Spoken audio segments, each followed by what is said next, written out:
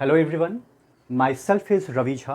I am a defence council in Allahabad high court और आप सबका स्वागत है आपके खुद के चैनल टारगेट फॉर आईक्यू में।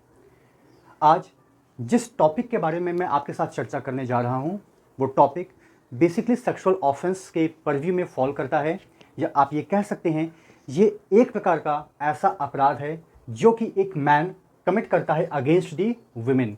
अर्थात आज तक आपने शायद कभी नहीं सुना होगा कि शायद किसी महिला ने किसी पुरुष का रेप कमिट किया हो। तो आज का जो टॉपिक है उस टॉपिक का नाम है रेप।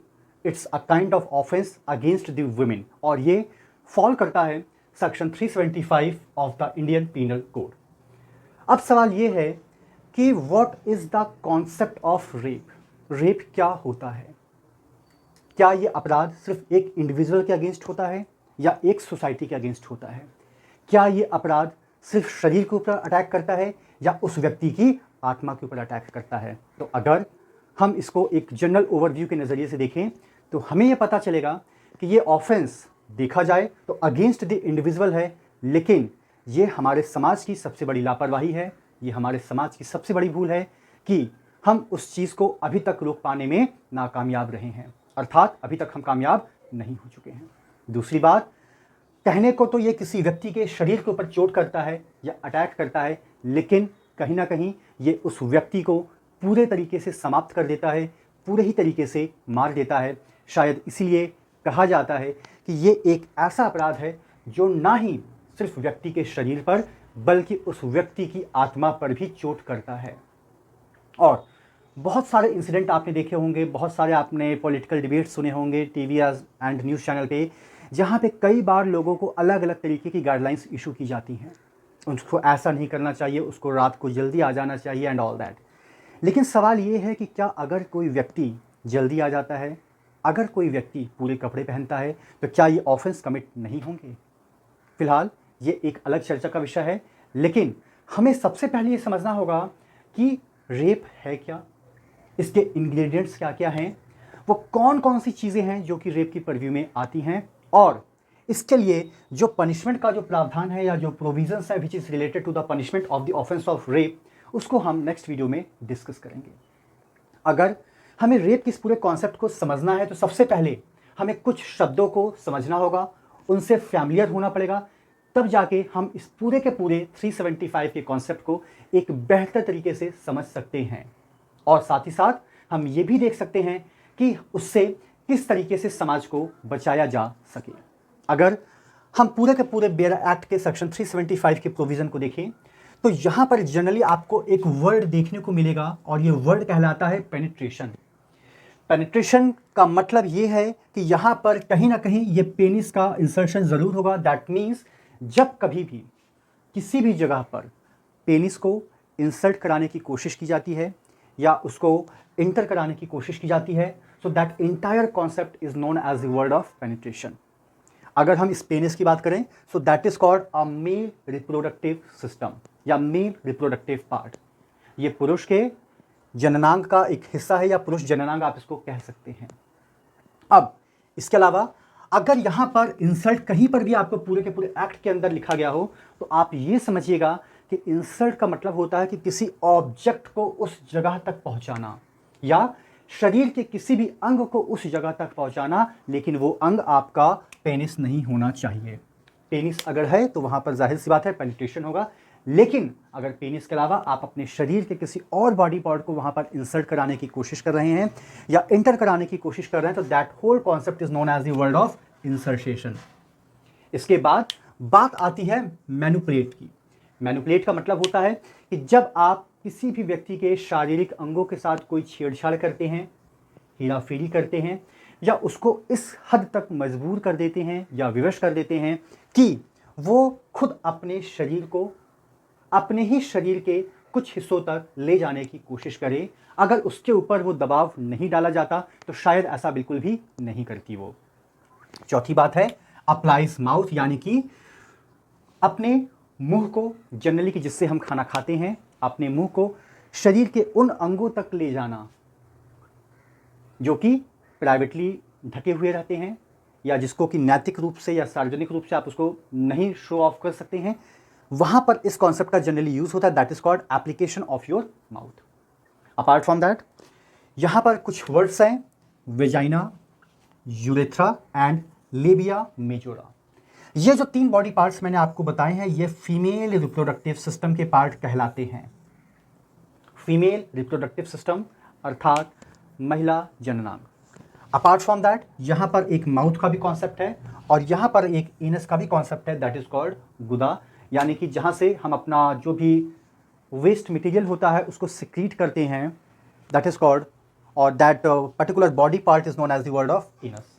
तो अब यहां पर हमें सबसे पहले ये समझना होगा कि आखिर रेप का जो ऑफेंस है ये सिर्फ और सिर्फ एक मैन ही कमिट करता है, या आप ये कह सकते हैं कि ये सिर्फ एक पुरुष के द्वारा ही हो सकता है। और किसके अगेंस्ट? Against the women. अगर यहाँ पर हम 375 के क्लॉज ए को देखें तो ये साफ साफ कहता है, a penetration his penis to any extent into the vagina, mouth, urethra और the anus of a women. That means अगर कोई पुरुष, अगर कोई व्यक्ति जो कि एक मेल है, वो अपने पेनिस को फीमेल रिप्रोडक्टिव ऑर्गन के अलावा अगर वो एनस या माउथ में भी किसी भी हद तक इंसर्ट कराने की कोशिश करता है या इंटर कराने की कोशिश करता है, और या अगर वो उस महिला को ऐसा करने के लिए मजबूर करता है। बात को यहाँ पर समझने की ज़रूरत है। एक तरफ मैं आपसे ये कह रहा हूँ कि that person is willingly try to enter their penis into the either vagina, mouth, urethra, anus, even though जो लेबिया मेजोरा है ये भी वेजाइना का ही पार्ट कहलाता है। यहाँ पर वो जो व्यक्ति है वो पेनिट्रेट करने की कोशिश कर रहा है with the help of their respective penis. कहाँ पे? वेजाइना में, माउथ में, यूरेथ्रा में और इनस में। किसी भी एक्सटेंट तक वो कोशिश कर रहा है, या अगर ऐसा नहीं है तो वो जो सामने महिला है वो उसको विवश कर रहा है या उसको बहला रहा है, फुसला रहा है कि तुम ये चीज़ मेरे साथ करो। That means you have to do certain kinds of activities in a certain kind of order with me. या वो उसी महिला को ये सारी एक्टिविटीज करने के लिए किसी दूसरे व्यक्ति के साथ कन्विंस करने की कोशिश कर रहा है। तो यहां पर आपको इस कॉन्सेप्ट को थोड़ा सा बारीकी से समझने की ज़रूरत है कि जो ये ऑफेंस होता है रेप, इसका मतलब ये नहीं कि आप करेंगे वो ऑफेंस तभी वो उस ऑफेंस की परव्यू में फॉल होगा या वो जो आपके द्वारा किया गया एक्ट है।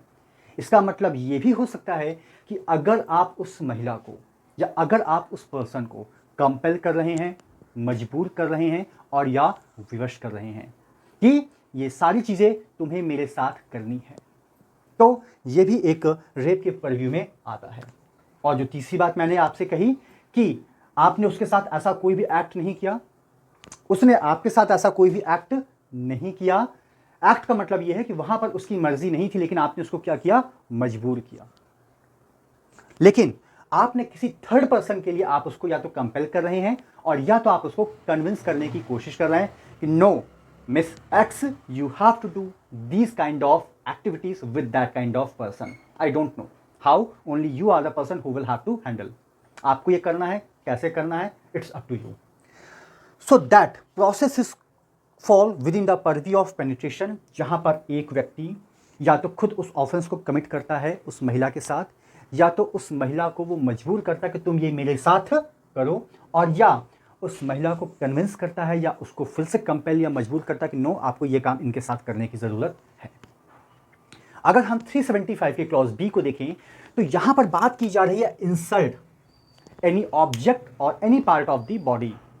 एनी ऑब्जेक्ट के अंदर कुछ भी आ सकता है, पेन, पेंसिल, स्क्रू ड्राइवर, कुछ भी, anything which is not the part of your body, it comes within the purview of object, and apart from object any part of your body but not being a penis, क्योंकि अगर penis का insertion हो जाएगा तो वो आपका clause A में fall हो जाता है, दैट इज कॉल्ड पेनिट्रेशन।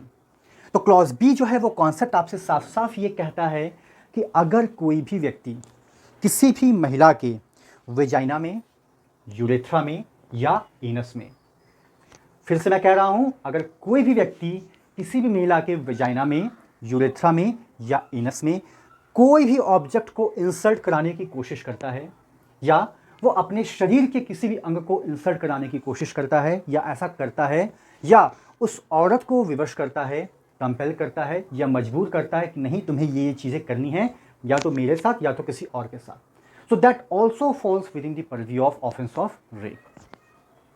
तीसरी बात यहां पर जो कही गई है, that word is known as the word of manipulation. Manipulation का मतलब यह होता है कि अब उस व्यक्ति ने किसी ऑब्जेक्ट का सहारा नहीं लिया, उसने अपने किसी बॉडी पार्ट का सहारा नहीं लिया, उसने पेनिस का भी सहारा नहीं लिया, लेकिन यहां पर वो जो व्यक्ति है उसने क्या किया, उसने उसी महिला के शरीर के किसी बॉडी पार्ट को यूज किया।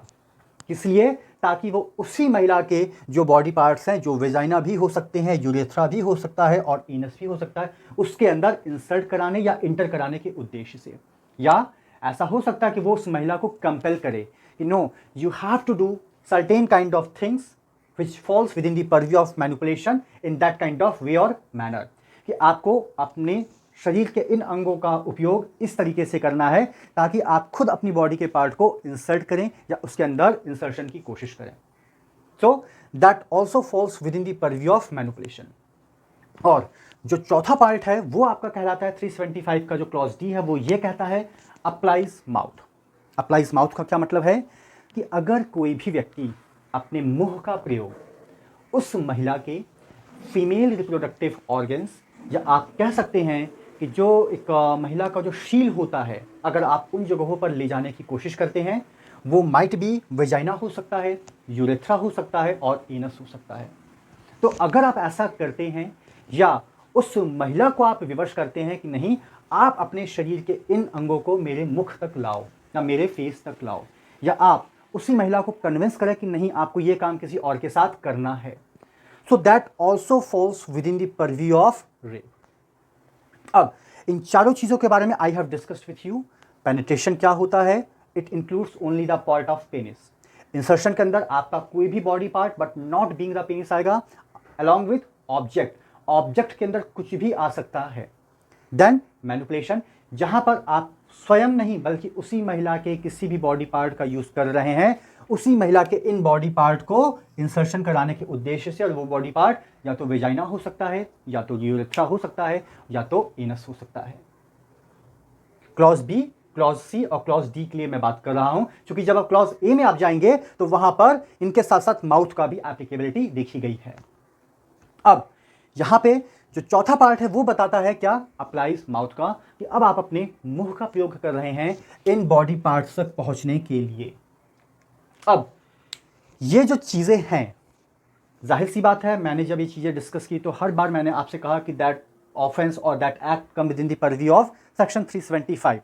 375 जहां कहीं भी मैंने कहा इसका मतलब क्या है कि जाहिर सी बात है वो जो चीज़ें हो रही हैं वो इलीगल हो रही हैं या लीगल हो रही हैं, उसके बारे में तो मैं कुछ नहीं कहूँगा, लेकिन हाँ वो उस महिला की मर्जी के बगैर हो रही हैं, उस महिला की इच्छा उसमें बिल्कुल भी नहीं थी।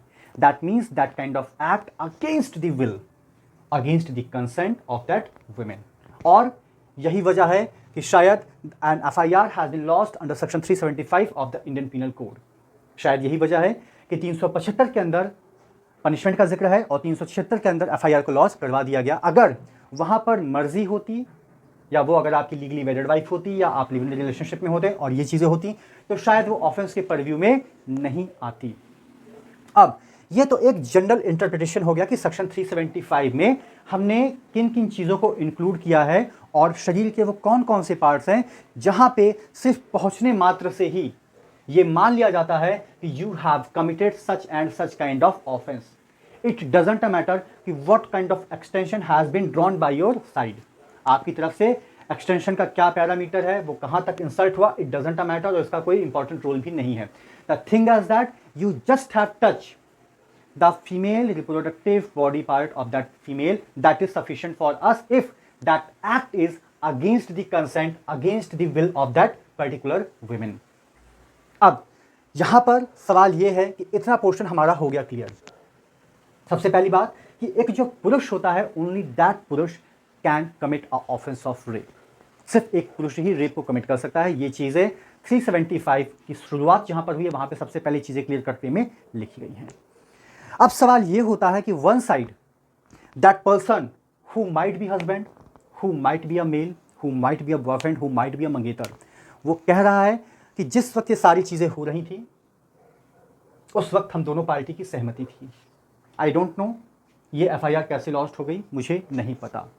अब सवाल ये है कि यहाँ पर एक महिला कैसे पता चलेगा कि whether she is a consenting party और नॉट, कि उसने अपनी सहमति दी है या नहीं दी है। How we will get it no? तो जाहिर सी बात है यहाँ पे जो बर्डन ऑफ प्रूफ होता है जनरली तो क्रिमिनल केसेस में प्रोसिक्यूशन के ऊपर होता है, लेकिन यहाँ पे डिफेंस के ऊपर होगा। That means the person who is on the chair of defence he will have to prove that at that time she was a consenting parties. I did not do anything against her will और against her consent. अब सवाल ये है कि 375 का जो ये general clause है जिसके बारे में अभी तक हमने डिस्कस किया, अगर आपको इसको 376 के ऑफेंसिव पार्ट में लाना है तो उसके लिए आपको क्या करना होगा? तो जाहिर सी बात है यहां पर अगर वो पर्सन ये प्रूफ कर देता है कि all the act which has been done against her, that act was against her will, यानी कि उस एक्ट में उस महिला की कोई भी मर्जी नहीं थी।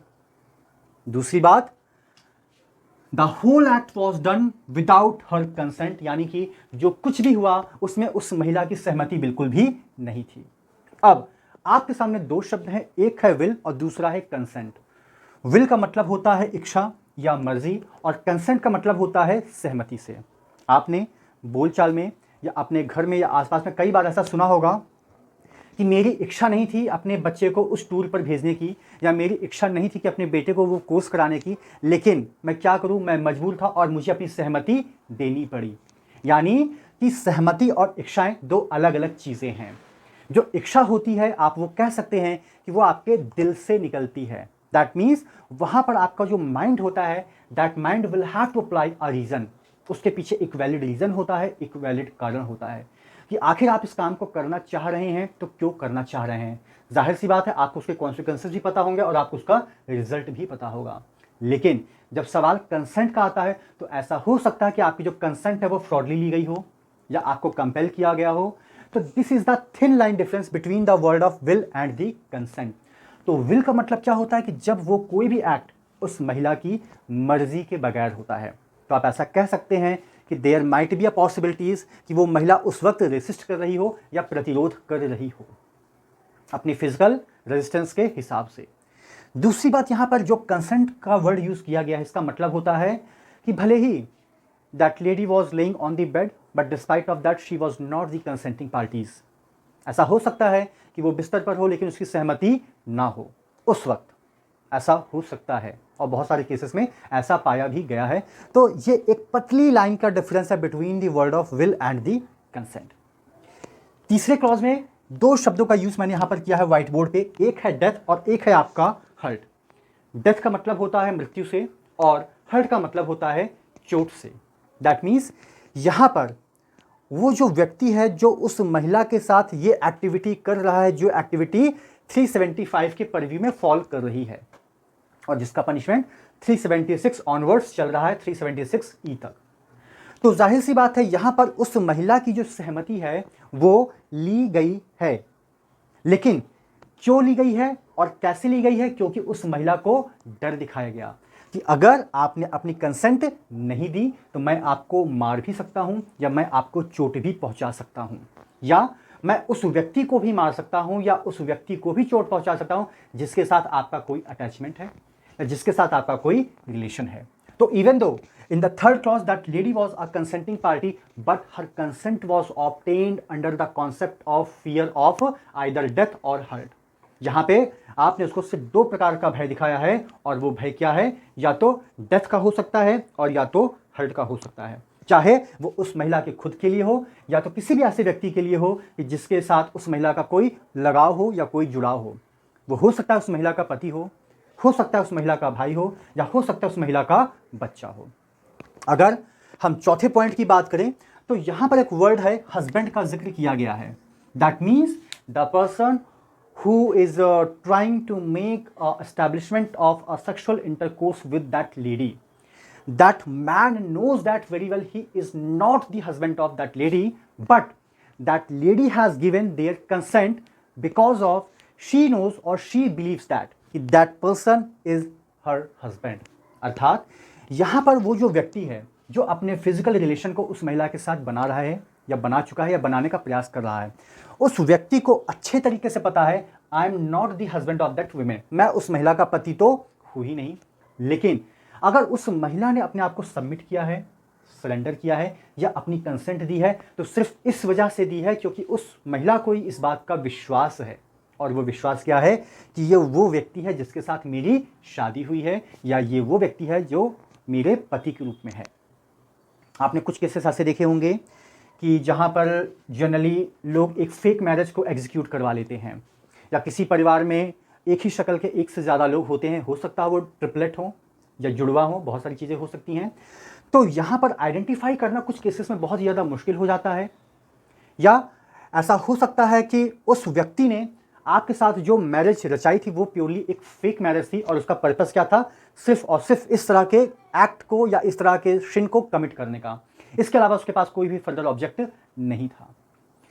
तो यहाँ पर यह कहा जा सकता है कि उस विमेन ने सरेंडर इसलिए किया, उस विमेन ने सबमिशन इसलिए किया, उस विमेन ने कंसेंट इसलिए दी, क्यों? क्योंकि उस विमेन को इस बात का पूर्ण रूप से विश्वास था। और वो विश्वास क्या था कि ये जो व्यक्ति है जिसके साथ मैं इस वक्त हूं, ये मेरा पति है।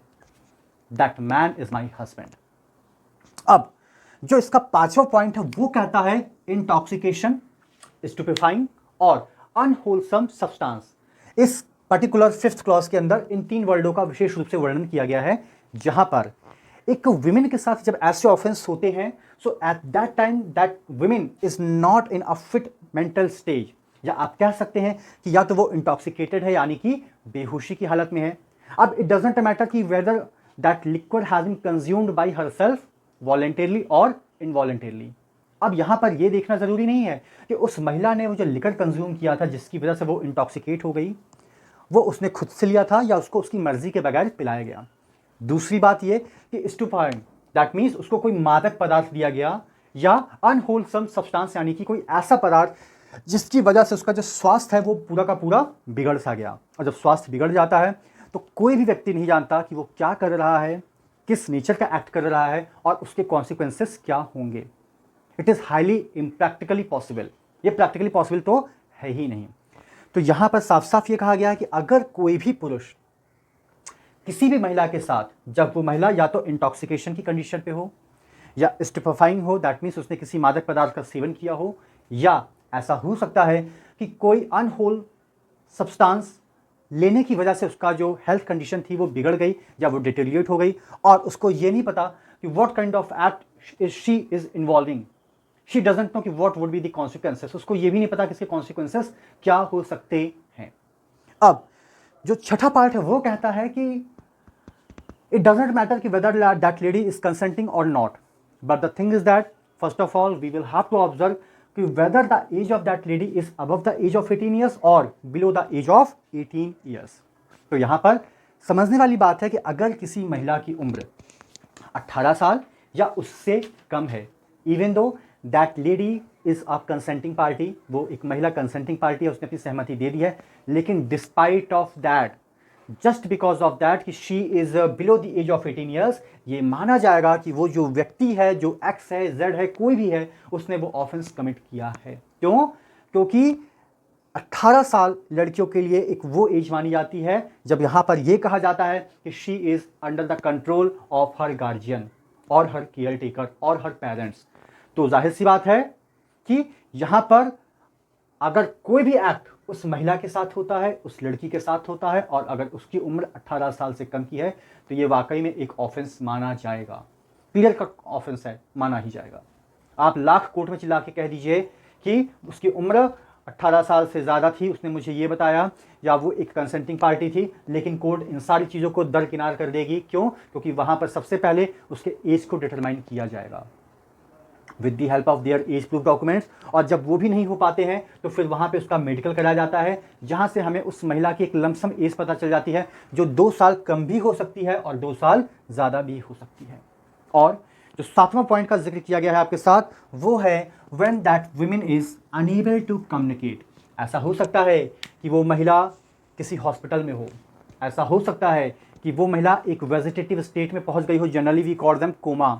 ऐसा हो सकता है कि वो महिला एक ब्रेन डेड लेडी हो, ऐसा हो सकता है कि वो महिला एक शारीरिक और मानसिक रूप से विकलांग हो और उसको यही नहीं पता कि कैसे रेसिस्ट करना तो बहुत दूर की बात है, वो बताए तो बताए कैसे, because due to some kind of either mental as well as the physical disabilities और vegetative stage, coma and all that, वो अपने आप को कम्युनिकेट कर ही नहीं पा रही है, यानी कि वो एक लाचार और एक बेबस परिस्थिति में है।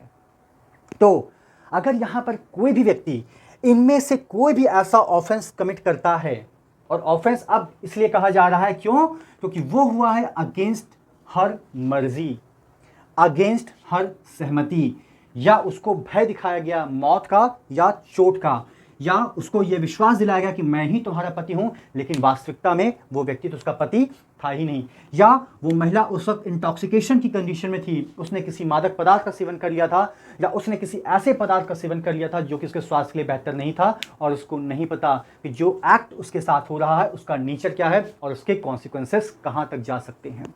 दूसरी बात कि इट डजंट मैटर कि whether that lady was a consenting party और not, but the main thing is that she is below the age of 18 years, वो 18 साल से कम की है। और चौथी बात यह है कि वो किसी एक ऐसे स्टेज पर है, चाहे वो उसका फिजिकल स्टेज हो, मेंटल स्टेज हो, वेजिटेटिव स्टेज हो, कुछ भी अबनॉर्मलिटी की वजह से वो है, और वो बता नहीं सकती है, वो अपनी विलिंगनेस शो नहीं कर सकती है, वो अपनी सहमति नहीं दे सकती है, और इसीलिए यहाँ पर वर्ड यूज किया गया है when she is unable to communicate his consent, यानी कि वो एक जिंदा तो है लेकिन एक जिंदा लाश की तरह है, और उसको कोई फर्क नहीं पड़ रहा है कि उसके साथ क्या हो रहा है, और उसको ये भी नहीं पता कि उसको रिएक्ट कैसे करना है। तो she is a completely brain dead person, आप इसको ऐसा कह सकते हैं। क्यों? क्योंकि अगर थोड़ा भी उसके अंदर सेंसेशन डेवलप हो तो जाहिर सी बात है इन माध्यमों से तो वो अपने अनविलिंगनेस को तो शो कर ही सकती है।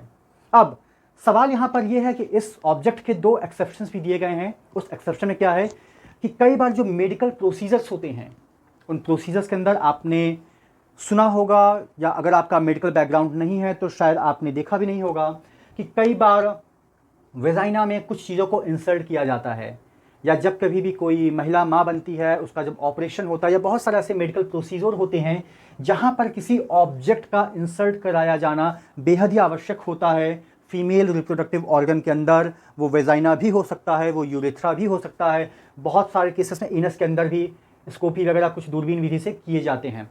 So that would not comes और that would not amount and comes within the purview of offence of rape, उसको रेप के परव्यू में बिल्कुल भी कंसीडर्ड नहीं किया जाएगा। क्यों? क्योंकि वो एक वेल स्टैंडर्ड मेडिकल प्रोसीजर है और ये आपका बेसिक है, आप बिना इसके तो आप आगे बढ़ ही नहीं सकते हैं। सो दैट थिंग और that activities does not falls within the purview of offence of rape. दूसरी बात यह है कि अगर कोई व्यक्ति है, उसकी शादी हो गई, और आपको पता है कि हमारे यहाँ कुछ कस्टम्स ऐसे होते हैं जहाँ पर बाल विवाह भी होता है, यानी कि बचपन में शादी।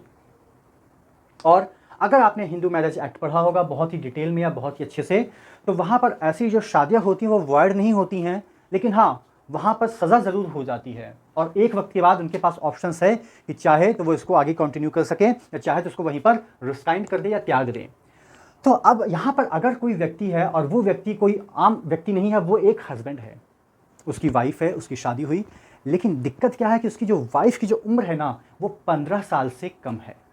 अब तो खैर बहुत सारे चेंजेस आए हैं, इंडियन पिनल कोड में भी बहुत सारे अमेंडमेंट हुए, बहुत सारे डिफरेंट कोर्ट्स ने अपने अलग अलग व्यूज़ दिए, लेकिन अभी जो हमने एक आधार बनाया वो है सिर्फ और सिर्फ आपका बेयर एक्ट। और उस बेयर एक्ट के हिसाब से जो कॉन्सेप्ट है वो ये कहता है कि अगर एक पति अपनी पत्नी के साथ सेक्सुअल इंटरकोर्स करता है और अगर उसकी पत्नी की उम्र 15 साल से कम है, that means his wife is below the age of 15 years, तो ये माना जाएगा कि वो क्या कर रहा है, वो एक रेप के परव्यू में आएगा, यानी हम उसको एक मैरिटल रेप कह सकते हैं।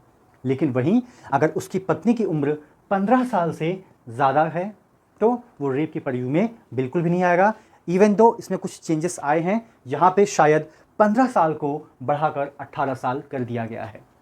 तो ये जो एक्सेप्शंस है ये सिर्फ और सिर्फ लीगली वेडेड पर्सन्स के लिए हैं, जहाँ पर हस्बैंड और वाइफ है। अगर उसकी एज उस एज से कम है तो जाहिर सी बात है वो मैरिटल रेप के परव्यू में आएगा, और अगर उसकी एज 15 या 18 जो कि अमेंडमेंट हुए हैं, अगर उससे ऊपर है तो ऑफकोर्स वो एक मैरिटल रेप के परिव्यू में बिल्कुल भी नहीं आएगा। ये बात अलग है कि अभी रिसेंटली ही बहुत सारे हाई कोर्ट्स ने अलग अलग व्यूज़ दिए हैं, अलग अलग ऑब्जर्वेशन दी हैं, लेकिन वो उन पर्टिकुलर केस के फैक्ट एंड सर्कमस्टांसेस को ध्यान में रखते हुए दिया गया है उनकी तरफ से। तो आज का जो ये कॉन्सेप्ट है 375, ये यहीं पर ऑलमोस्ट कंप्लीट होता है, जहाँ पर सिर्फ और सिर्फ जिक्र किया गया है कि जो एक मैन होता है, only that man can commit a offence of rape, वो भी अगेंस्ट दी वुमेन। और उसके लिए 4 चीज़ों का होना ज़रूरी है, या तो penetration with the help of penis, insertion with the help of object और any part of the body of that man, या तो manipulation of the body part of that women, और या तो माउथ। और जो फीमेल के जो बॉडी पार्ट्स हैं वहाँ पर इन चीज़ों के ऊपर आपको ध्यान देने की ज़रूरत है। वो फीमेल रिप्रोडक्टिव पार्ट्स भी हो सकते हैं, जिसके अंदर वेजाइना, लीबिया मोजरा, यूरेथ्रा और इनस इंक्लूड होते हैं। In the case of penetration mouth को भी वहाँ पर इंसर्ट किया गया है। अपार्ट फ्रॉम दैट, ये 7 इंग्रेडिएंट्स हैं जो ये बताता है कि at that time when all the thing is going to be happen, या all the thing is running, at that time I was not the consenting party, I was under the fear of death, I was under the fear of her, I don't know, because I believe that man is my husband, but in reality he is not my husband. At that time, I was under the stage of intoxication. I swallow any kind of unwholesome substance, which is very injurious to our health, and that just because of that, मुझे नहीं पता कि वो जो act है उसका nature क्या है और उसके कॉन्सिक्वेंसेस क्या होंगे. दूसरी बात, जो एज है वो 18 साल से कम की है, और ये एज का जो डिटर्मिनेशन होता है that plays a very important role. But it doesn't mean कि अगर उसकी एज 18 साल से ज़्यादा है तो you have a licence to attack their modesty, attack their reputation. तो इस बात को हमेशा ध्यान में रखिएगा. 18 साल जनरली डिफेंस काउंसिल इसका बेनिफिट लेने की कोशिश करते हैं कि उसकी उम्र 18 साल की है, तो जनरली कोर्ट भी कहती है 18 साल की है. व्हाट इट इज़ मीन, इसका मतलब क्या है? क्या आप कुछ भी कर सकते हैं? तो जवाब है बिल्कुल भी नहीं. और इसके ऊपर बेहतरीन इंटरप्रिटेशन के ऊपर 2 मूवीज़ भी लॉन्च हुई थी या रिलीज़ हुई थी. एक थी पिंक, जहाँ पर साफ साफ कहा गया कि ना का मतलब ना है, नो मीन्स नो, और weather that lady is a consenting party और नॉट, जहाँ पर उसकी विलिंगनेस है या उसकी सहमति है. इसके ऊपर सेक्शन 375 मूवी भी रिलीज़ हुई है, जिसमें अक्षय खन्ना ने एक बेहतरीन डिफेंस काउंसिल का रोल प्ले किया है. और उन दोनों मूवीज़ को अगर आप देखेंगे तो कहीं ना कहीं एक पूरा का पूरा जो कॉन्सेप्ट है वो आपका क्लियर आ जाएगा. तो thank you so much to all of you. If you like this video, please do comment your views and do share.